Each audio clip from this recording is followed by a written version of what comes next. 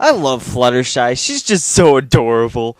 And her shy, introverted attitude is a lot like me. Another thing I like is Andrea Libman turns in such a dynamic performance when jumping between her and Pinkie Pie's. The idea for this issue got me pumped, and after loving the Rarity issue, I was a bit let down by this one.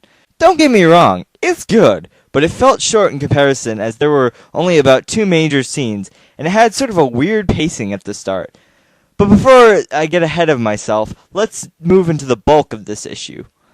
Time to get extreme! What's with everything being so extreme? Extreme art contest? Extreme knitting room? What am I supposed to get so pumped about the word extreme everywhere? Anyway, Fluttershy is very paranoid at the beginning because she's secretly an obsessed artist who uses yarn as her canvas to recreate the vast emotions of life. I thought this was a very interesting hobby for her to have, and it was hinted at with the criticisms ensued for success. Given that it's her secret, it makes sense that we haven't heard much about this before. So meanwhile, back in the extreme room of knitting, we get a number of subtle background references.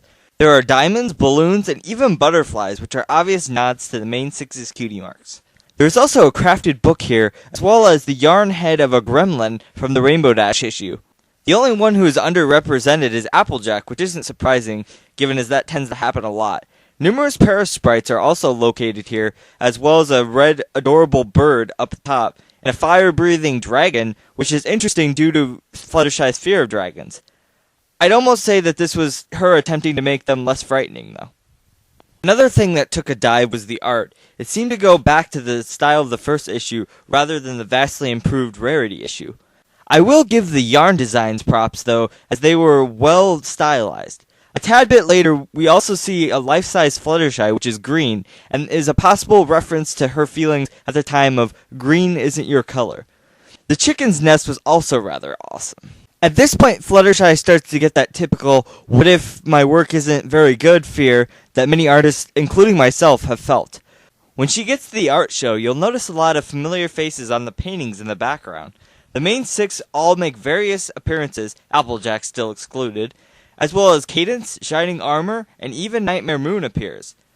There is also a painting that appears to be Rapunzel.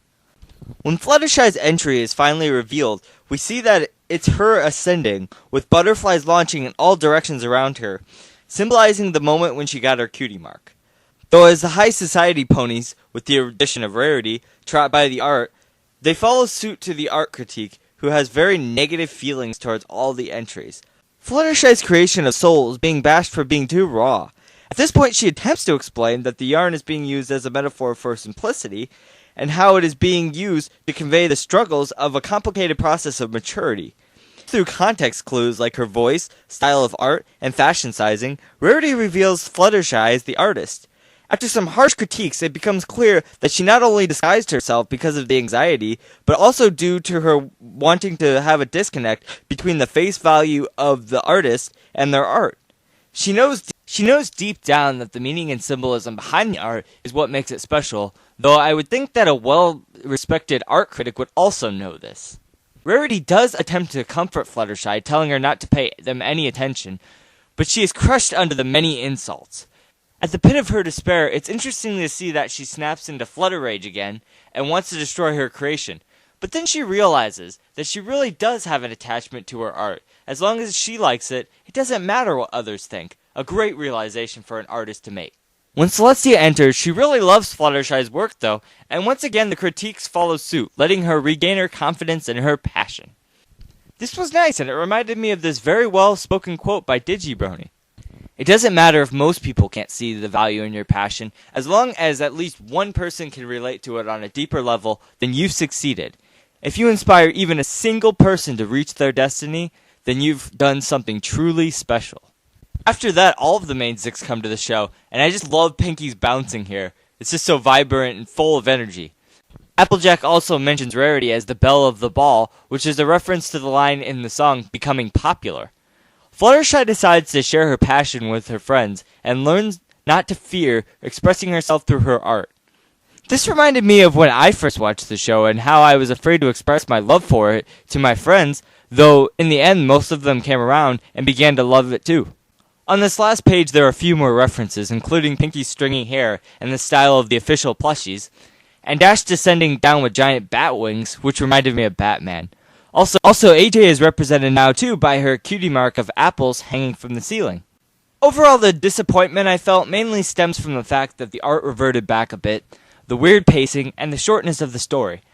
I like this issue, as it shows Fluttershy embracing her artistic nature, which I can really relate to. The references were solid, Angel Bunny was pretty cute, and I enjoyed the knitting aspect of this character. Here's to hoping they bring this back as a hobby of hers again in the future. Until next issue, this has been Jay-Z the Comic Brony saying it never hurts to read between the lines.